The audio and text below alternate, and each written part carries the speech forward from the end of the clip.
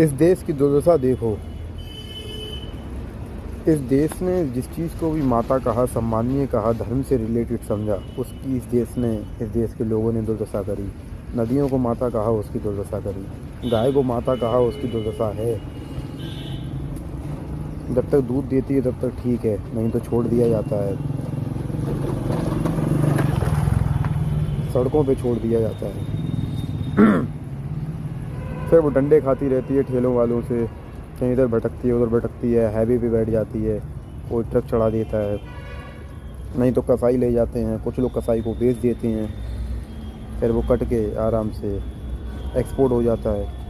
ये बताइए, जब पूरी सरकार प्रयास कर रही है कि गौ हत्या रुकनी चाहिए, तो फिर भारत बीफ का इतना बड़ा एक्सपोर्टर कैसे है? दुनिया में दूसरा तीसरा सबसे बड़ा बीफ का एक्सपोर्टर भारत ही है। सबसे ज़्यादा गाय कटवा कर भारत ही भेज रहा है बाहर, अन्य देशों में, गाय खाने के लिए। गाय की कोई भावना महसूस नहीं करता, जानवरों की कोई भावना महसूस ही नहीं कर रहा है। वो प्रेम भी करती हैं, वो रोती भी हैं, उन्हें कष्ट भी होता है, वो कष्ट देख के स्नेह भी दिखाती हैं। आप किसी स्लॉटर हाउस में खड़े हो जाएं, किसी बूचड़ खाने में खड़े हो जाएं, आप देखेंगे कि जो अन्य जानवर कट रहे हैं और जो अन्य जानवर उसको देख रहे हैं, उनकी भावनाएं क्या हैं। उनमें से कई रो रहे होते हैं। कितना प्रेम दिखाती हैं गाय, कितना स्नेह करती हैं गाय। गौ हत्या बिल्कुल रुकनी चाहिए, केवल गौ हत्या नहीं, हर तरह के जानवर की हत्या रुकनी चाहिए।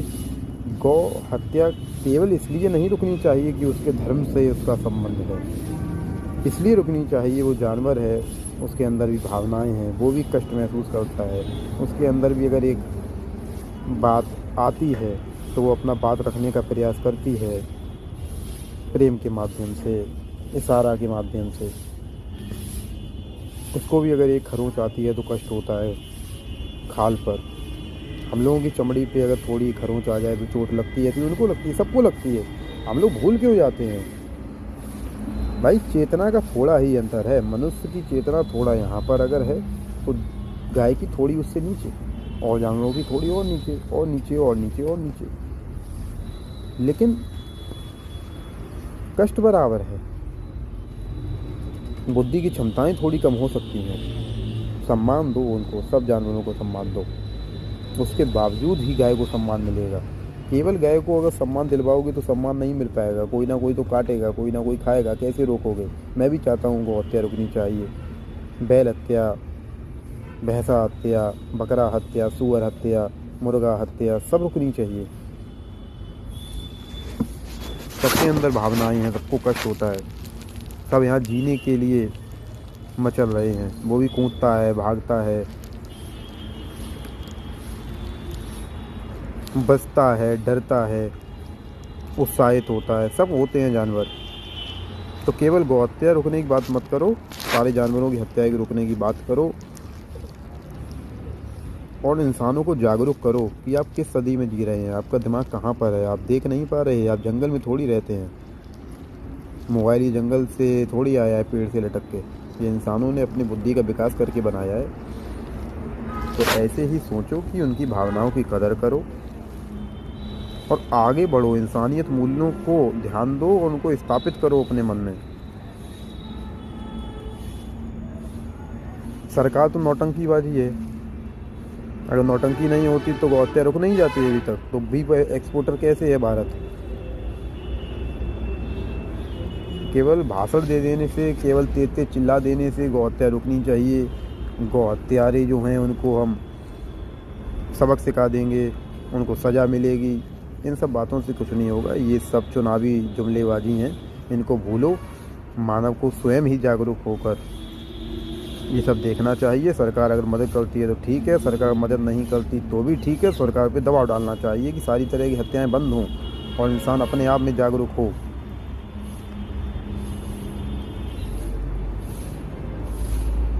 कहीं कोई वादा कर रहा है गौ हत्या का, कोई वादा कर रहा है। केवल गौ हत्या नहीं, सारी हत्याएं रुकनी चाहिए।